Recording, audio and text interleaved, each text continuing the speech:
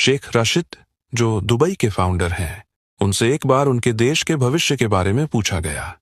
उन्होंने जवाब दिया, मेरे दादा ऊंट पर सवारी करते थे, मेरे पिता ऊंट पर सवारी करते थे, मैं मर्सिडीज चलाता हूं, मेरा बेटा लैंड रोवर चलाता है और मेरा पोता भी लैंड रोवर चलाएगा, लेकिन मेरा परपोता फिर से ऊंट की सवारी करेगा।